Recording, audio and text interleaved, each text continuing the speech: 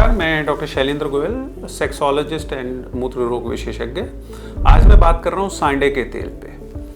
हमारा इंटरनेट और traditional knowledge भरी पड़ी है कि सांडे के तेल से सेक्सुअल लाइफ बहुत अच्छी होती, बट सांडे का तेल है क्या?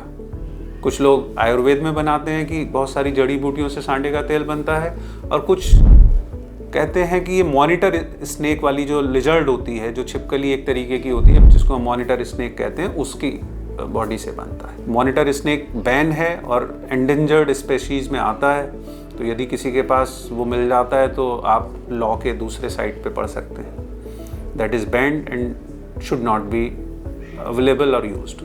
एक्चुअली इसका इफ़ेक्ट वाकई में कितना इफ़ेक्टिव है, नहीं है इफ़ेक्टिव। कई बार कहते हैं ये पाचन तंत्र में हेल्प करता है, कुछ मांसपेशियों के दर्द में बताते हैं हेल्प करता है, कुछ सेक्सुअल हेल्थ पे कहता है। लेकिन बात यह है कि आपका आयुर्वेद की दवाइयाँ के बारे में कई बार चीज़ों में बोला जाता है कि ये सभी बीमारियों में काम करती है। जी, कोविड भी यही ठीक करती हैं और आपकी बॉडी की वीकनेस भी ठीक करती हैं। तो actual scientific knowledge and studies are lacking about this कि एक्चुअली में वाकई में इफ़ेक्टिव है भी या नहीं।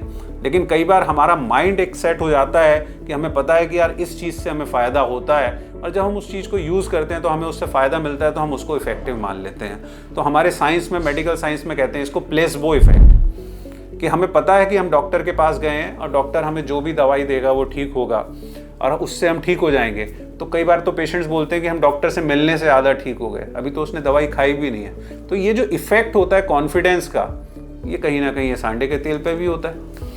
एक्चुअली में इफेक्टिव है या नहीं है, साइंस इस बारे में बहुत क्लियर नहीं है।